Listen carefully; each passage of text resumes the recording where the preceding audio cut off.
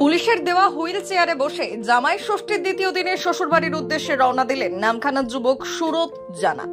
আনুষ্ঠানিকভাবে গতকাল জামাই ষষ্ঠী থাকলেও আজকেও এখনো ষষ্ঠী রয়েছে, তাই দ্বিতীয় দিনে দীর্ঘ 8 বছরের বিবাহিত জীবনের পুলিশের দেওয়া হুইল চেয়ারে বসে জামাই ষষ্ঠী পালন করতে রওনা দিলেন বিশেষ চাহিদা সম্পন্ন যুবক সুরত জানা।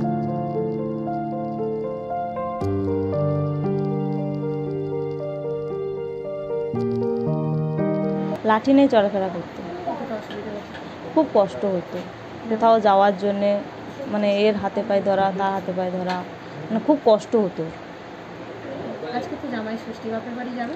হ্যাঁ, 2 সন্তানকে নিয়ে, স্বামীকে নিয়ে আজকে হুইল চেয়ারে করেই যাব। আগে আমি লাঠি নিয়ে হাঁটাচলা করতাম, সেটাতে কতটা অসুবিধা? প্রচুর অসুবিধা হতো। এখন লাঠি নিয়ে গাড়ি পেয়েছি, আমি অনেক আনন্দিত। এটা নিয়ে আমি চলাফেরা করব। আজকে তো জামাই ষষ্ঠী, হ্যাঁ যাবেন শ্বশুরবাড়ি? হ্যাঁ, এটাই চেপে আমার 2 সন্তান, আমার স্ত্রীকে নিয়ে যাবো আমি।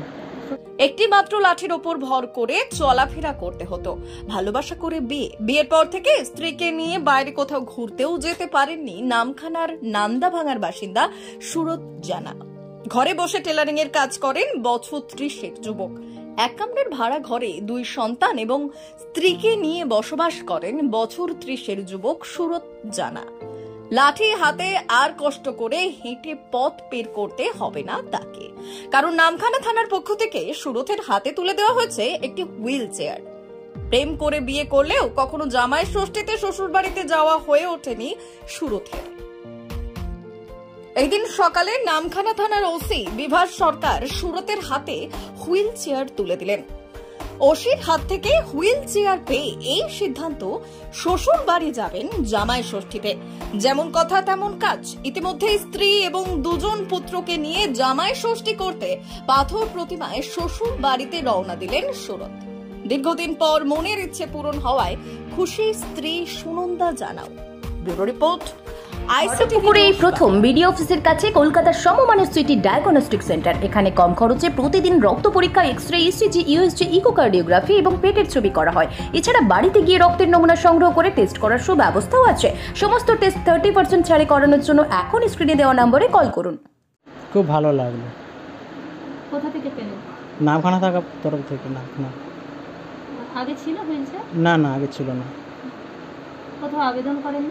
না, আবেদন করিনি কোথাও। আর এখন এই যে আজকে হুইল চেয়ার পেলেন, কতটা সুবিধা হলো? আমি অনেক আনন্দিত। আগে কিভাবে হাঁটাচলা করতেন? আগে আমি লাঠি নিয়ে হাঁটাচলা করতাম, সেটাতে কতটা অসুবিধা? প্রচুর অসুবিধা হতো। এখন লাঠি নিয়ে গাড়ি পেয়েছি, আমি অনেক আনন্দিত। এটা নিয়ে আমি চলাফেরা করব। আজকে তো জামাই ষষ্ঠী, হ্যাঁ যাবেন শ্বশুরবাড়ি? হ্যাঁ, এটাই চেপে আমার 2 সন্তান, আমার স্ত্রীকে নিয়ে যাবো আমি। শ্বশুরবাড়ি কোথায়? বর্দাপুরে। এমনিতে বাড়িতে কে কে আছে? আমার 2 সন্তান, আমার স্ত্রী। আমার এক কামরা ঘরে আমরা বসবাস করি। কি করেন আপনি এমনি? আমি ব্যাগ সেলাই করি, ট্রেনে চলে কোনো রকম। এমনি রোজ কতগুলো ব্যাগ সেলাই? ও 100-150 মতো ব্যাগ তৈরি করতে পারি। এই ব্যাগ সেলাইয়ের উপর? হ্যাঁ। কি নাম আপনার? সুরত জানা। স্বামী তো হুইল চেয়ার পেলো এতদিন পর, খুব ভালো লাগে, খুব ভালো লাগে। কোথা থেকে পেয়েছে? নামখানা থানা থেকে পেয়েছি। আগে ছিল না হুইল চেয়ার? না। তখন কিভাবে চলাফেরা করতো? লাঠি নিয়ে চলাফেরা করতো, কতটা অসুবিধা হতো? খুব কষ্ট হতো। কোথাও যাওয়ার জন্যে মানে এর হাতে পায়ে ধরা, তার হাতে পায়ে ধরা, মানে খুব কষ্ট হতো। আজকে তো জামাই ষষ্ঠী, বাপের বাড়ি যাবে? হ্যাঁ, 2 সন্তানকে নিয়ে, স্বামীকে নিয়ে আজকে হুইল চেয়ারে করেই যাব।